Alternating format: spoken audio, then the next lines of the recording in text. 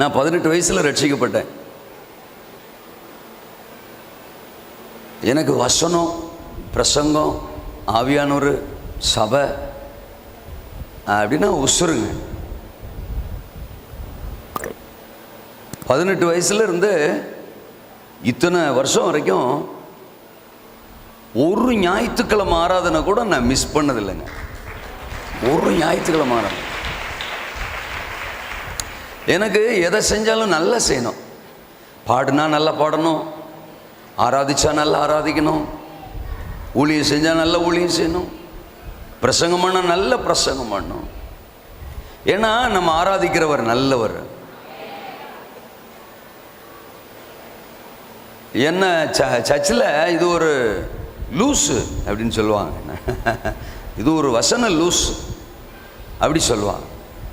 நான் என்ன சொல்லுவேன், நான் ஒரு வசன காதலன். என்ன 18 வயசில் உள்ள வந்துட்டோம் பாருங்க.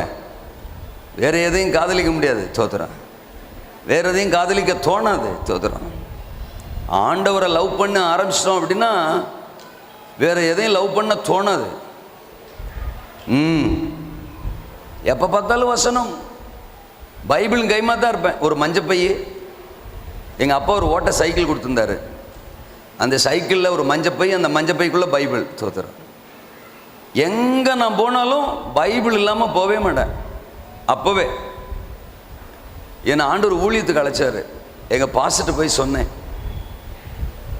எங்கள் பாஸ் சொன்னார், உன்னை பைபிள் காலேஜ் அனுப்பணும்னா உன்னை மாதிரி ஒருத்தனை நீ ஆதாயம் பண்ணி உன் சீட்டில் நீ இருக்கிற இடத்துல உட்கார வச்சேன்னா நான் உனக்கு ரெக்கமெண்டேஷன் லெட்டர் கொடுப்பேன்னாரு.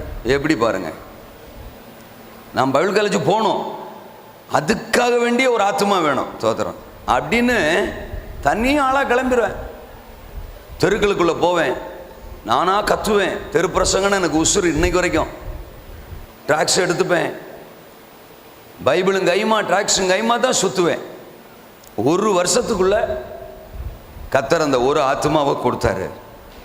என் வயசுலேயே ஒரு வாலிபனை கொடுத்தாரு. எங்கள் பாஸ்ட்டை கொண்டு வந்து ஆல்ரெடி கையெழுத்து போடுறீங்களான்னு கேட்டேன். தோத்துறோம். அப்படி தான் நான் பைபிள் காலேஜ் போனேன்.